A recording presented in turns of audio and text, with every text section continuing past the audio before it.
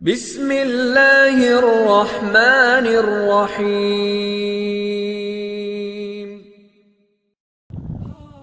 سرکار دو عالم صلی اللہ علیہ وآلہ وسلم نے چہرے کی سیاہی دور فرما دی۔ حضرت سیدنا سفیان ثوری رحمۃ اللہ علیہ فرماتے ہیں، میں نے دوران طواف ایک شخص کو ہر قدم پر حضور نبی کریم صلی اللہ علیہ وسلم پر درود پاک پڑھتے ہوئے دیکھا تو اس سے پوچھا، اے بھائی، سبحان اللہ لا الہ الا اللہ کے بجائے درود پاک کا ورد کیے جا رہے ہو، اس میں تمہارا کیا راز ہے؟ تو وہ پوچھنے لگا، اللہ آپ کو معاف فرمائے، آپ کون ہیں؟ میں نے بتایا، میں سفیان ثوری ہوں۔ اس نے کہا، اگر آپ اہل زمانہ میں اجنبی نہ ہوتے تو میں آپ کو اس کا راز نہ بتاتا۔ میں اپنے والد گرامی کے ساتھ حج بیت اللہ کے ارادے سے چل پڑا۔ اثناء سفر میرے والد محترم بیمار ہو گئے تو میں اپنے والد محترم کے علاج معالجے کے لیے رک گیا۔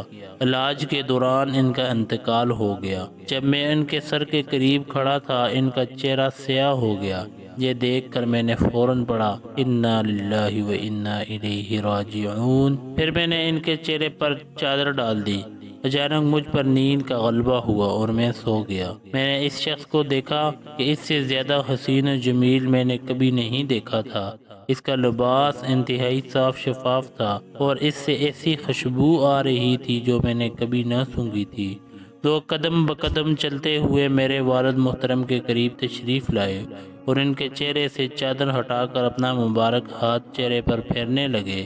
والد صاحب کا چہرہ اچانک چمک اٹھا، پھر وہ پلٹنے لگے تو میں نے ان کے کپڑوں سے لپٹ گیا اور ان سے دریافت کیا، اللہ آپ پر رحم فرمائے، آپ کون ہیں جن کے سبب اللہ نے میرے والد محترم پر اس ویرانے میں یہ احسان فرمایا ہے؟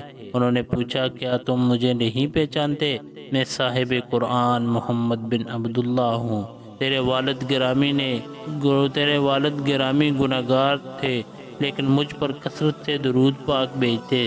جب اس بیماری میں مبتلا ہوئے تو مجھ سے فریاد کی، اور بے شک جو مجھ پر کثرت سے درود پڑتا ہے میں اس کی فریاد رسی کرتا ہوں۔ پھر میں بیدار ہوا تو دیکھا کہ میرے والد گرامی کا چہرہ بالکل سفید ہو چکا تھا